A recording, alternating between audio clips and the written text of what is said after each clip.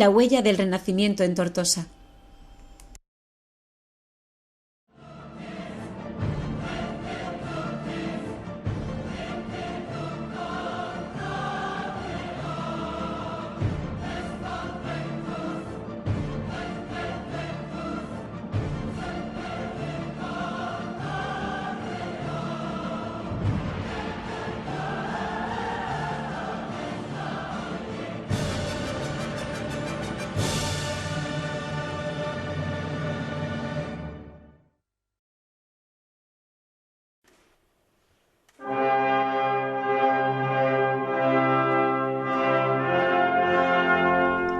La huella del Renacimiento en Tortosa.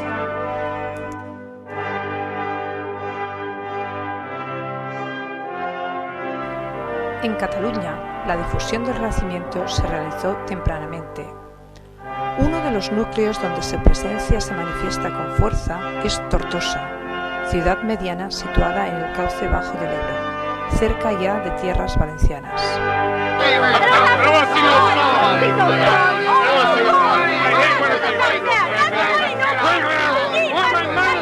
En el siglo XVI, Tortosa era todavía una ciudad medieval, con un potente grupo de mercaderes y cambistas. Familias como los Olivé de Botellé formaban una rica oligarquía que habían forjado grandes fortunas en los siglos anteriores.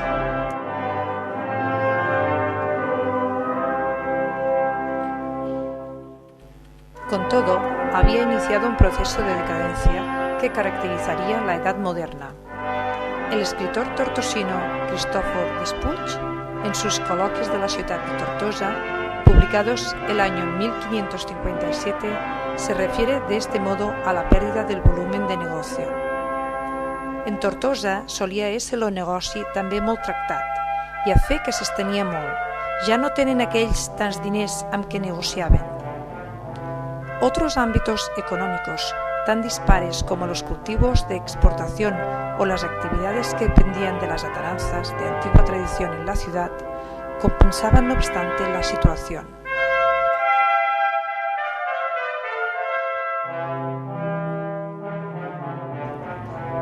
Fuera de la ciudad, dispersos por las márgenes del río y los pueblos cercanos, la presencia de moriscos aportaba al mosaico social una rica variedad.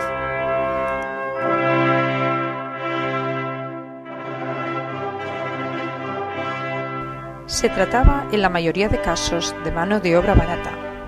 Por eso, el obispo de Tortosa, Pedro Manrique, presionado por los terratenientes de la zona, emitió un informe favorable ante el rey Felipe III y consiguió que los moriscos no fuesen expulsados hasta principios del siglo XVII.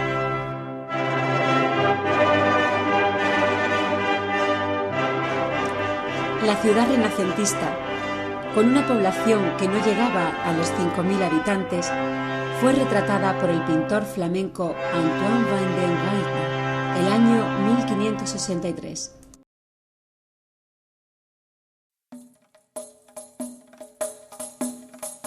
Los dibujos de Vingarde muestran una ciudad amurallada, dividida en 15 tras o sectores. Cada uno de ellos era defendido por los miembros de una cofradía, hasta llegar a disponer de más de 800 hombres dispuestos a ser movilizados para proteger el recinto.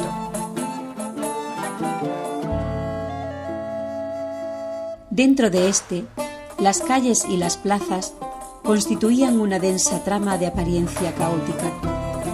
Los edificios monumentales eran casi todos góticos.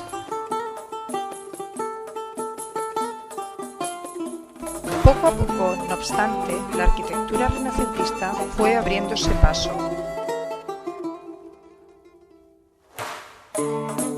Y con ella hicieron aparición las modernas tendencias en pintura y escultura.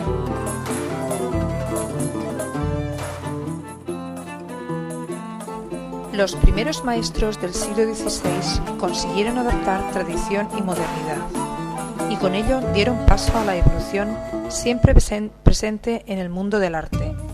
La Catedral de Santa María, iniciada a mediados del siglo XVI, es el mejor ejemplo.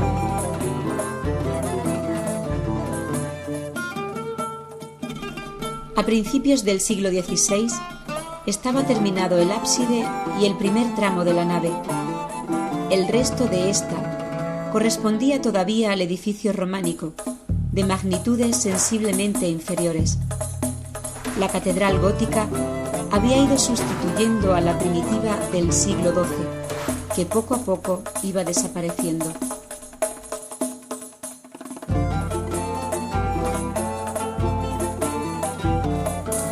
A principios del siglo XVI estaba terminado el ábside y el primer tramo de la nave.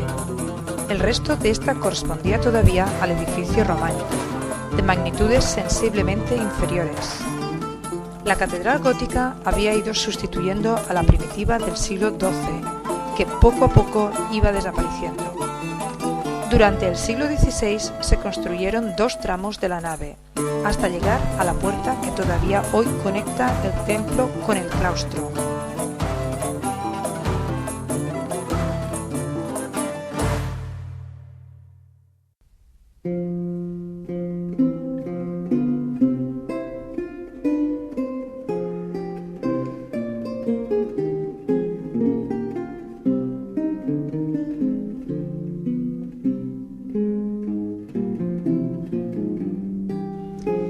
Para un ojo poco acostumbrado, la diferencia entre la obra gótica y la renacentista es mínima. Si dejamos, no obstante, que el ojo se detenga en los detalles, apreciamos de qué modo los arcos apuntados van suavizando su ojiva hasta llegar al perfil de medio punto. Las tracerías de las ventanas se simplifican y se racionalizan, y los relieves van asumiendo proporciones y volúmenes propios del clasicismo.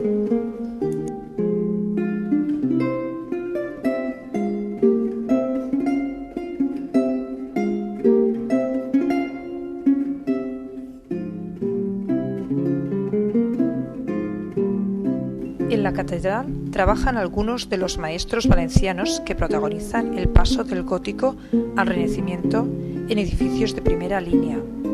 Arquitectos como Pere Comte y Antoni Queralt comparten su protagonismo en el rico episodio valenciano cuatrocentista, con la maestría en el templo de Santa María de Tortosa.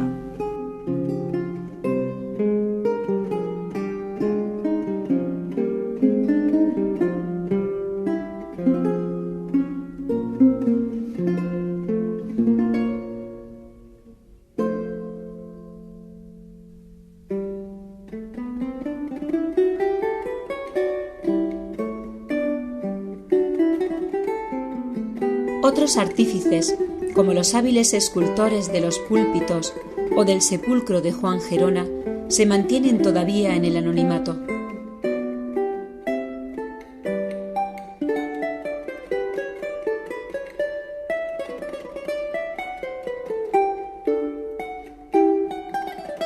Ya entrado el siglo XVI, arquitectos como Juan de Elorrio trabajan totalmente de acuerdo con los principios de la arquitectura clásica, aunque sin volver la espalda a la obra concebida por sus antecesores. Otros artistas completaban su trabajo mediante ejemplos de arte mobiliar, la culminación del cual es el coro de Cristóbal de Salamanca, conservado de manera magnífica en el antiguo edificio del dormitorio canonical.